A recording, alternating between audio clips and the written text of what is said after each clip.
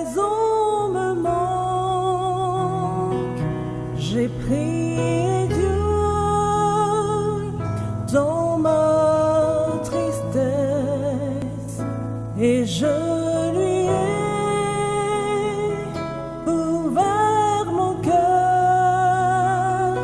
J'ai senti quelqu'un me toucher. C'était Jésus qui me disait encore un petit peu, juste un petit peu, parce que je viendrai te chercher. Y a un vrai amour, une rivière de paix, y a un ciel qui sera ma maison. Une fois de plus, elle apparaît, ma foi rayonne tel le soleil. Et quand je pense abandonner, Jésus m'appelle et redit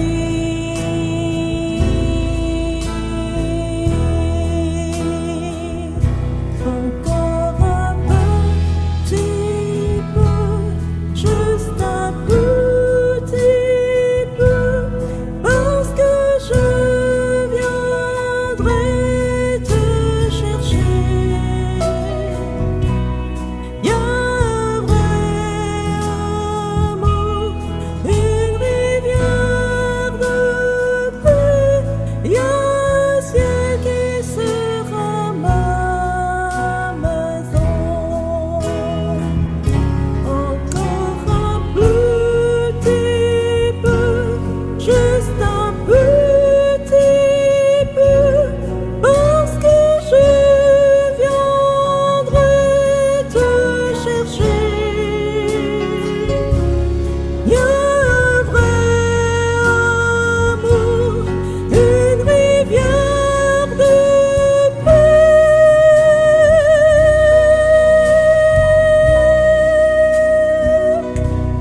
Y a un ciel qui sera ma maison.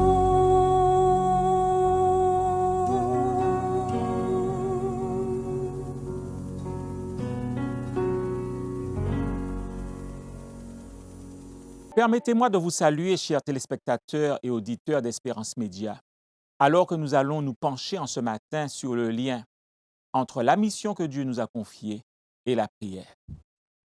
Je vous invite à prier avec moi alors que nous allons ouvrir la parole de Dieu.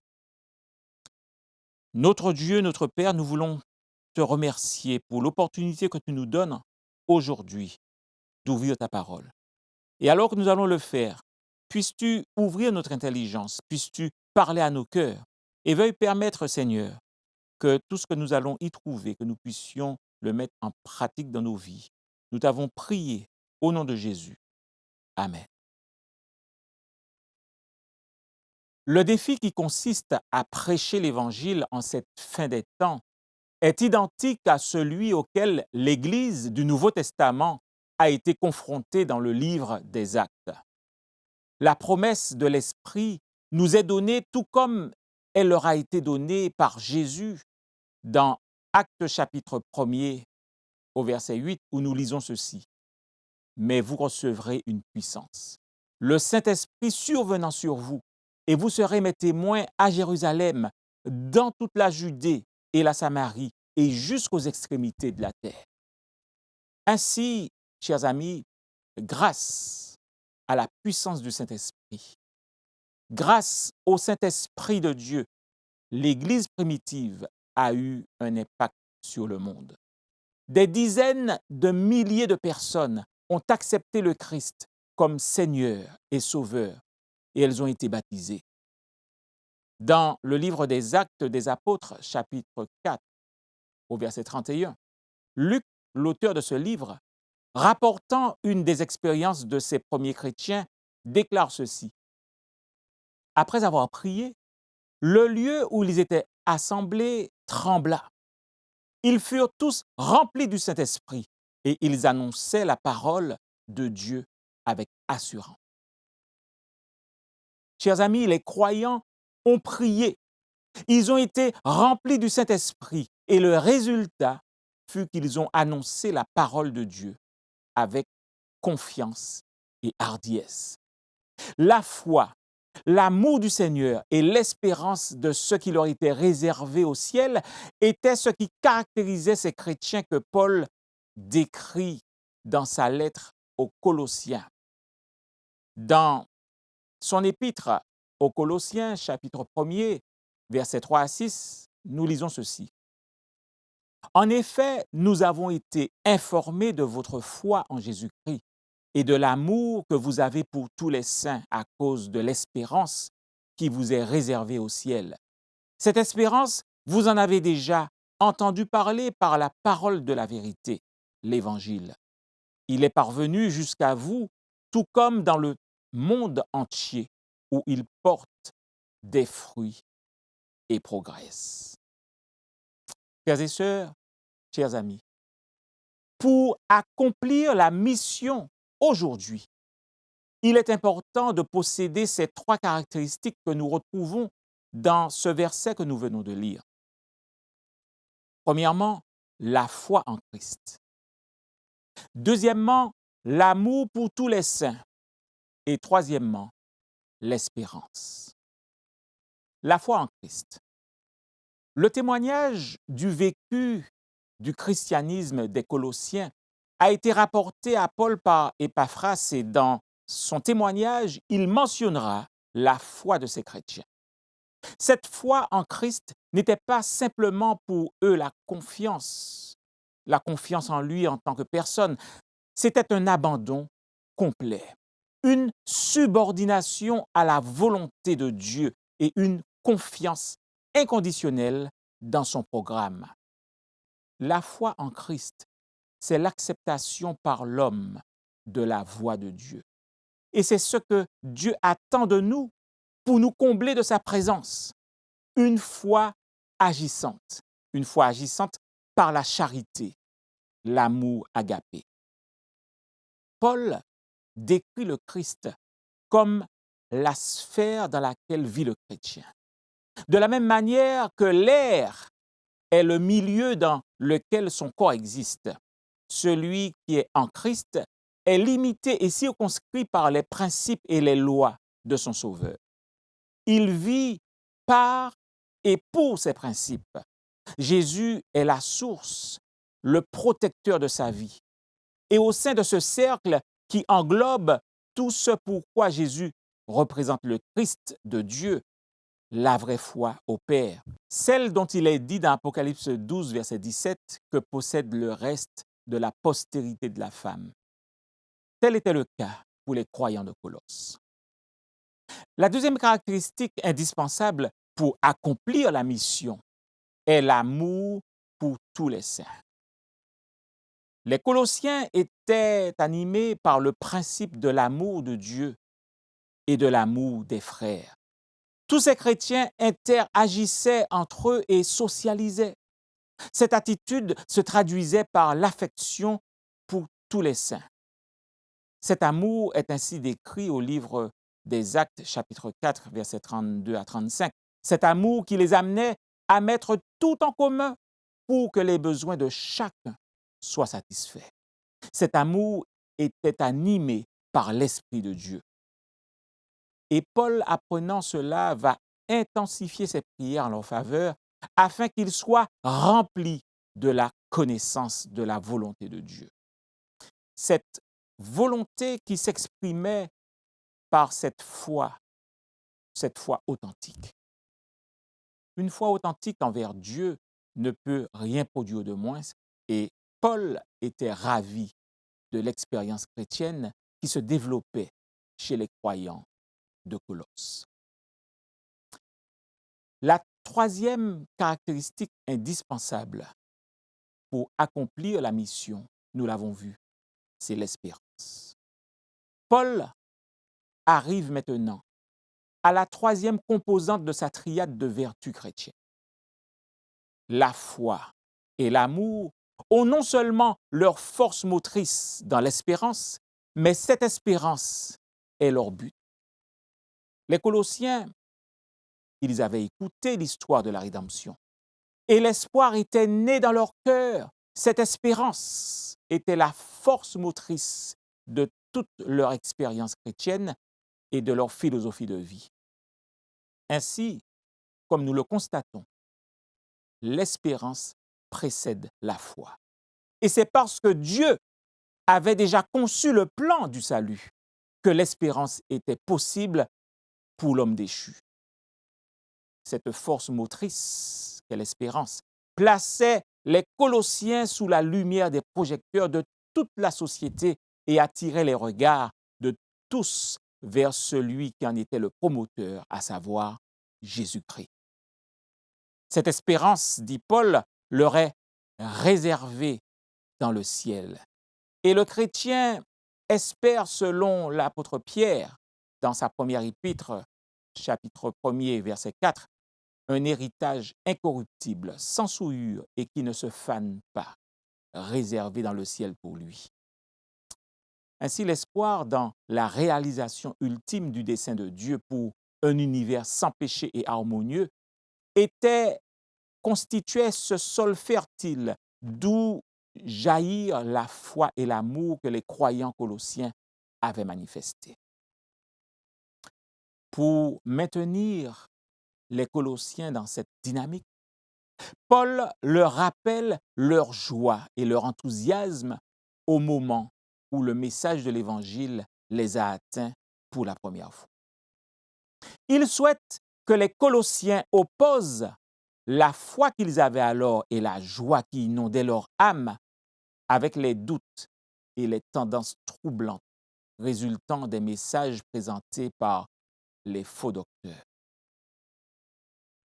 Il souhaite que les Colossiens s'attachent au message qui contient la vérité, qui contient la bonne nouvelle de toute la volonté révélée de Dieu. La vérité étant une révélation, en fait, c'est une révélation de la pensée de Dieu et elle traite des réalités ultimes et éternelles. De même, frères et sœurs, chers amis, nous aussi, chrétiens du XXIe siècle, qui sommes plus proches du retour de notre Seigneur, pour maintenir la dynamique de la foi et de l'amour, nous devons nous souvenir de la joie et de l'enthousiasme qui nous portait lorsque le message de l'Évangile nous est parvenu pour la première fois et ne pas nous laisser perturber par les troubles et les remises en cause qui, comme des flots tumultueux, essaient de nous balloter ça et là. Et lorsque la foi en Christ, l'amour pour tous les saints et l'espérance sont en œuvre, lorsque ces trois principes sont en œuvre, que se passe-t-il? Cela donne des fruits. Un arbre produit des fruits. Il les produit parce qu'il vit et qu'il est florissant. Ainsi, le chrétien produit continuellement le fruit de l'esprit selon Galates 5, versets 22 et 23, parce que la vie de Christ est un principe vital en lui. Paul précise que ces fruits sont toutes sortes de bonnes œuvres qui se manifestent dans la vie des croyants partout où l'Évangile est prêché. Ils portent constamment des fruits, quel que soit l'endroit, quel que soit le peuple, quelle que soit la tribu, quelle que soit la nation. L'Évangile vécu porte toujours du fruit. Paul passe de la vérité générale selon laquelle l'Évangile produit invariablement du fruit partout où il est proclamé, au fait particulier que cela a eu le même effet à Colosse. Cette Église est donc liée au dessein universel de Dieu pour la rédemption des hommes. Ces fruits ont été produits par la pleine connaissance de Jésus. Cette pleine connaissance ne vient que par l'expérience, donc seulement à ceux qui acceptent la grâce du Christ. La vraie connaissance de Dieu est inséparable de la grâce de Dieu. Et cette grâce de Dieu a engendré une croissance exceptionnelle, exponentielle, rapide de l'Église du Nouveau Testament. Une croissance rapide, eh bien, effectivement, cette croissance de l'Église du Nouveau Testament a explosé littéralement. En réponse à des prières sincères et sérieuses, le Saint-Esprit a été déversé avec une grande puissance. Rappelez-vous, 3000 personnes ont été baptisées en un seul lieu et en un seul jour. Dans le livre des Actes au chapitre 4, il est dit que beaucoup de ceux qui avaient entendu la parole crurent et le nombre des hommes s'éleva à environ 5000. Et si l'on inclut les femmes et les enfants, le nombre de croyants, quelques mois à peine après la Pentecôte, devait certainement être aux alentours de 15 à 20 000. Ainsi, tout au long du livre des Actes des Apôtres, l'Église a continué à croître rapidement. Acte chapitre 6 déclare que de nombreux prêtres ou chefs religieux obéissaient à la foi. Le récit relate la prédication de Philippe en Samarie. Ce récit relate les voyages missionnaires de Paul dans tout le monde méditerranéen. Ce récit relate l'étude des Écritures par Pierre avec Corneille et les croyants remplis du Saint-Esprit partageant partout le message du Christ. Frères et sœurs, l'impact de l'Évangile était si grand que l'apôtre Paul pouvait déclarer que l'Évangile a été prêché à toute créature sous le ciel. Nous trouvons cela dans Colossiens 1 au verset 23. L'expérience de l'Église du Nouveau Testament est instructive pour l'Église d'aujourd'hui. Et alors que nous attendons la venue de notre Seigneur, quelle était la clé de leur succès? Pourquoi l'Église a-t-elle grandi si rapidement à cette époque? Nous allons examiner une raison majeure. Il faut savoir que la prière est le moyen par excellence pour la réalisation de la mission de Dieu. L'Église du Nouveau Testament priait pour tout ce qu'elle faisait. Ces premiers chrétiens vivaient une vie totalement dédiée à Dieu et dépendante de lui. Ils reconnaissaient qu'ils étaient impuissants à accomplir la mission de Jésus sans la puissance de Jésus. Du reste, Jésus l'avait annoncé à ses disciples au moment de sa séparation d'avec eux pour regagner le ciel. Et voilà l'ordre de mission que nous trouvons dans Actes des Apôtres, chapitre 1er au verset 8. « Mais vous recevrez une puissance, le Saint-Esprit survenant sur vous, et vous serez mes témoins à Jérusalem, dans toute la Judée, dans la Samarie et jusqu'aux extrémités de la terre. » Alors, frères et sœurs, chers amis, pour que cela se réalise, les disciples se sont préparés par la prière, la repentance et la confession. Dans le livre des Actes, chapitre 1er au verset 14, nous lisons que tous, d'un commun accord, persévéraient dans la prière avec les femmes et Marie, mère de Jésus, et avec les frères de Jésus. Ils avaient compris une chose, ils avaient compris que seule la puissance donnée par le Saint-Esprit pouvait les conduire à la réalisation de la mission qui était d'aller et de porter le message ainsi que de le vivre aux yeux de tous les peuples de la terre. Dans le livre Jésus-Christ, à la page 354, nous lisons cette citation. « Il nous faut toujours regarder à Jésus et comprendre que c'est sa puissance qui agit. tout en travaillant avec zèle en vue de sauver ceux qui sont perdus, prenons le temps de prier, de méditer la parole de Dieu. Seuls les efforts, accompagnés de beaucoup de prières et sanctifiés par les mérites du Christ, serviront d'une manière durable la bonne cause. Chers amis, notez bien cette instruction. C'est la puissance du Christ qui accomplit son œuvre à travers nous. Ce n'est pas notre sagesse, ce n'est pas notre intelligence, ni même notre charisme ou nos propres connaissances, nos plans ou nos projets. La sagesse pour convertir des âmes vient de Jésus. Le pouvoir de changer les vies appartient à Christ et à Christ seul.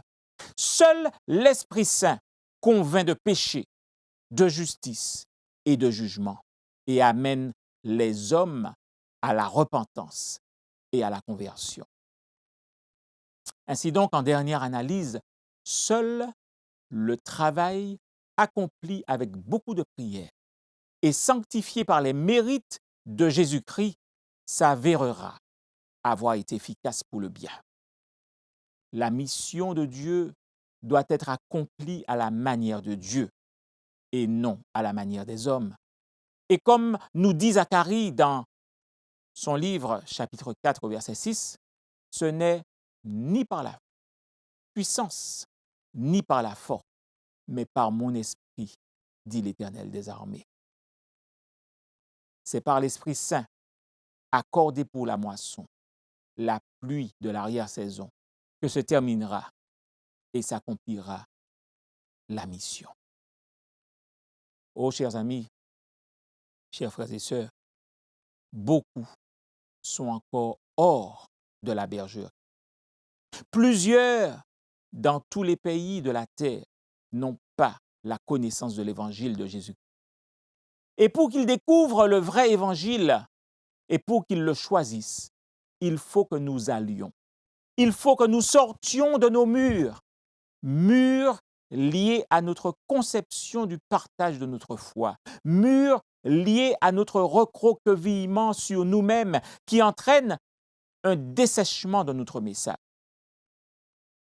N'ayons point honte de l'Évangile, car c'est une puissance de Dieu pour le salut de quiconque croit, nous dit l'apôtre Paul dans Romains 1 au verset 16. Y a-t-il un être cher que vous souhaiteriez voir entrer dans le royaume de Dieu? Y a-t-il un ami ou un collègue de travail qui a besoin de Jésus? Connaissez-vous quelqu'un qui a autrefois marché avec Dieu, mais qui s'est éloigné? Y a-t-il un de vos proches que vous souhaiteriez voir accepter Jésus dans sa vie? Écrivez leur nom sur une simple feuille de papier que vous placerez dans votre Bible et je vous indiquerai à quel endroit. Dans 1 Jean 5, versets 14 à 17. Et chaque jour, à l'aide de cette promesse qui s'y trouve, à l'aide de cette promesse de l'apôtre, priez Dieu en faveur de vos proches, en faveur de ces personnes que vous avez à cœur. Prenez quelques instants pour demander à Dieu de vous rappeler les personnes dont il voudrait toucher le cœur, puis priez en leur faveur. Et alors que nous nous apprêtons à répondre à cette invitation, nous vous invitons à vous consacrer à nouveau à Dieu pour recevoir de lui l'Esprit Saint nécessaire à l'accomplissement de la mission et à la conversion des âmes. Nous allons le faire ensemble, d'un même cœur, unis dans la prière. Prions ensemble. Seigneur, nous confessons que nous n'avons pas passé assez de temps en prière. Trop souvent, nous nous fions à nos propres aptitudes et à nos plans dans tout ce que nous faisons. Et lorsqu'il s'agit d'accomplir ta mission, nous ne comptons pas suffisamment sur toi afin d'être guidés. Pardonne-nous, nous t'en prions. Fais de nous une Église qui prie et qui s'attend à toi pour une efficacité à ta gloire et ta gloire seule. Nous te le demandons dans le nom puissant de Jésus. Amen.